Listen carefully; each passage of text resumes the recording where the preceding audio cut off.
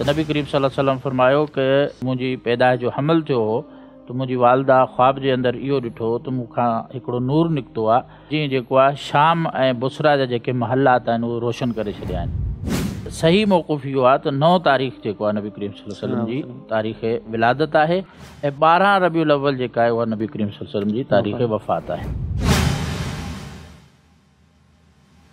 नबी करीम सल्लल्लाहु अलैहि वसल्लम जी तारीख़ पैदाइश जी तहक़ीक़ ऐं मशहूर वाक़िअनि जी छा हैसियत आहे?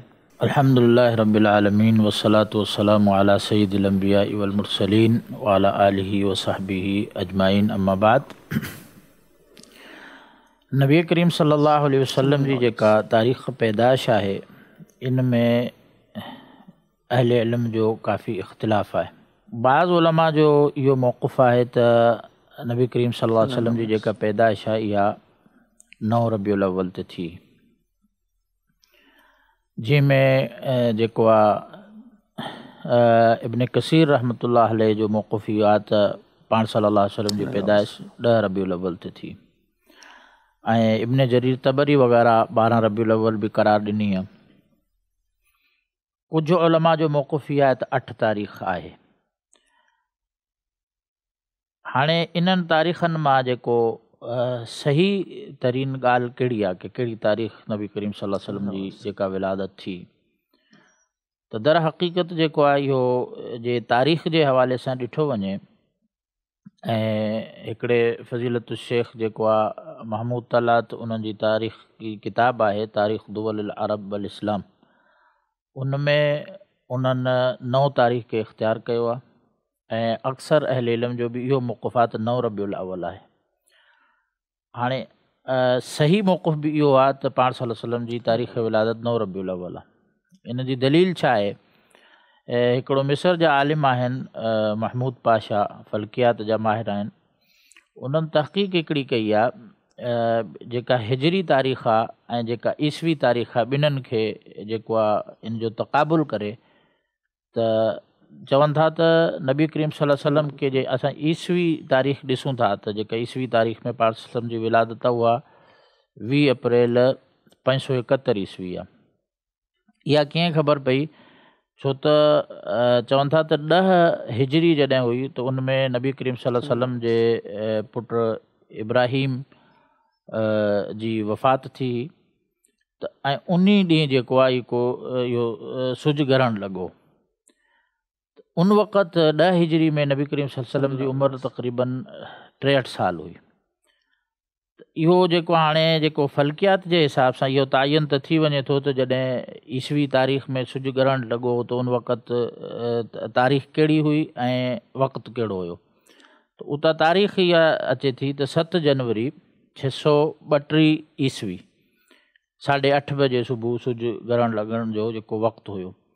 उहो चवनि था त असां जॾहिं हाणे कमरी 63 साल पोइते वञूं, ईसवी तारीख़ खे साम्हूं रखी करे कमरी 63 साल पोइते वञूं था त नबी करीम सल्लल्लाहु अलैहि वसल्लम जी पैदाइश जो ईसवी साल थिए थो 571 जे ईसवी साल आहे त असां 571 में ॾिसंदासीं त हाणे उलमा में यानी कि कुझु शयुनि में इत्तिफ़ाक़ आहे विलादत जे हवाले सां। पहिरीं हिन शइ में इत्तिफ़ाक़ आहे कि पाण सल्लल्लाहु अलैहि वसल्लम जी विलादत सूमर जे ॾींहुं थी ऐं इहा सही हदीस में आहे, सही बुख़ारी में आहे त नबी करीम सल्लल्लाहु अलैहि वसल्लम जॾहिं सूमर जे ॾींहुं जो ज़िक्र कयो पाण सल्लल्लाहु अलैहि वसल्लम फरमायो ज़ाका यौमुन वुलिदतु फ़ीह कि सूमर जे ॾींहुं मुंहिंजी पैदाइश थी आहे। ऐं ॿियो इहो तक़रीबन इत्तिफ़ाक़ आहे त रबीउल अव्वल जो महीनो हुयो। त हाणे जॾहिं हू चवनि था 571 में असां ॾिसूं था त रबीउल अव्वल जेको आहे उहो अप्रैल में अचे थो ऐं रबीउल अव्वल जी जेका पहिरीं तारीख़ आहे उहो 12 अप्रैल ते थिए थी। जे 12 अप्रैल ते पहिरीं तारीख़ आहे त हाणे उलमा जो ज़्यादातर मौक़ुफ़ 8 ऐं 12 तारीख़ जे दरमियान, कुझु 8 चवनि था, कुझु 9 चवनि था, कुझु 11, 10, कुझु 10 चवनि था, कुझु 11, कुझु 12। त चवनि था हाणे असां ॾिसूं त रबीउल अव्वल जी जेके 10 ॾींहं आहिनि शुरू वारा 12 अप्रैल खां वठी 20 अप्रैल जे दरमियान त कहिड़े ॾींहुं जेको आहे सूमर जो ॾींहुं अचे थो, छो जो इहो सूमर जो ॾींहुं त मुतफ़क़ आहे। त चवनि था सूमर जो ॾींहुं ख़ाली 9 तारीख़ ते अचे थो। इन खां अलावा ॿिए के जेकियूं बि तारीख़ूं आहिनि न 8 न 10 न 11 न 12 कंहिं बि ॾींहुं सूमर वारो ॾींहुं नथो अचे। त जॾहिं असां जेको इख़्तिलाफ़ी शइ आहे उनखे हिकिड़ी इत्तिफ़ाक़ी शइ जी तरफ़ जॾहिं रुजू कयूं था ॿिन्हिनि तारीख़ुनि खे मिलाए करे त तायुन इहो ई थिए थो नबी करीम सल्लल्लाहु अलैहि वसल्लम जी जेका पैदाइश आहे 9 रबीउल अव्वल आहे। ऐं जेको बरेलवी आलिम आहे अहमद रज़ा ख़ान, ऐं बरेलवी तक़रीबन उन्हनि जे फ़िरक़े जो मुअसिस आहे, उन 8 तारीख़ चयो आहे पंहिंजे फ़तावा में, जिल्द नंबर 26 में उन 8 तारीख़ जो तयन कयो आहे। त सही मौक़ुफ़ इहो आहे त 9 तारीख़ जेको आहे नबी करीम सल्लल्लाहु अलैहि वसल्लम जी तारीख़ विलादत आहे, ऐं 12 रबीउल अव्वल जेका आहे उहा नबी करीम सल्लल्लाहु अलैहि वसल्लम जी तारीख़ वफ़ात आहे।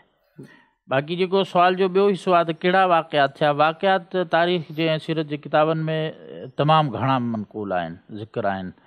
त उन्हनि मां हिकिड़ो वाक़ियो इहो बि अचे थो त नबी करीम सल्लल्लाहु अलैहि वसल्लम जी जॾहिं पैदाइश थी त किसरा जा जेके महल जा कुझु सुतून जेके किरी पिया। हिकिड़ो वाक़ियो इहो बि ज़िक्र थिए थो त जेको मजूस जी बाहि जंहिंजी इबादत कंदा आहिनि, उहा बाहि जेका आहे विसामी पई उन ॾींहुं, हालांकि 1000 साल गुज़री विया, 1000 साल ताईं उहा बाहि विसामी न हुई, पर उन ॾींहुं इहा विसामी हुई। ॿियो हिकिड़ो शाम में हिकिड़ो दरिया आहे, बुहैरा सावा चवनि था, उहो बि ख़ुश्क थी वियो। इन खां अलावा बि काफ़ी शयूं ज़िक्र आहिनि, पर इहे जेतिरियूं बि शयूं आहिनि इन्हनि जी का हक़ीक़त न आहे, इहे सही सनद सां जेके आहिनि साबित न आहिनि। अक्सर रिवायतूं जेके अबू नईम जी दलाइल नुबुवा किताब आहे उन में आहिनि, ऐं सभु ज़ईफ़ सनद सां आहिनि। सही जेको वाक़ियो आहे इहो हीअ आहे त नबी करीम सल्लल्लाहु अलैहि वसल्लम जेको सही रिवायत खां साबित आहे त नबी करीम सल्लल्लाहु अलैहि वसल्लम फरमायो कि रअत उम्मी हिन हमलत बि, कि जॾहिं मुंहिंजी वालदा खे यानी कि मुंहिंजी पैदाइश जो हमल थियो हो त मुंहिंजी वालदा ख़्वाब जे अंदरि इहो ॾिठो त मूंखां हिकिड़ो नूर निकितो आहे, जीअं जेको आहे शाम ऐं बुसरा जा जेके महलात आहिनि उहे रोशन करे छॾिया आहिनि। इहा रिवायत सही आहे। बाक़ी इन खां अलावा जेके बि ज़िक्र अचनि थियूं, नबी करीम सल्लल्लाहु अलैहि वसल्लम जे बारे में अचे थो त पैदा थियण वक़्तु सजदे में हुया, या आसमान जी तरफ़ चहिरो मुबारक हुयो वग़ैरह, इहे सभु जेके आहिनि वाक़ियात मन घड़त आहिनि ऐं ज़ईफ़ रिवायतनि खां साबित आहिनि। बाक़ी सही रिवायत खां को बि वाक़ियो उनजो ज़िक्र नथो मिले।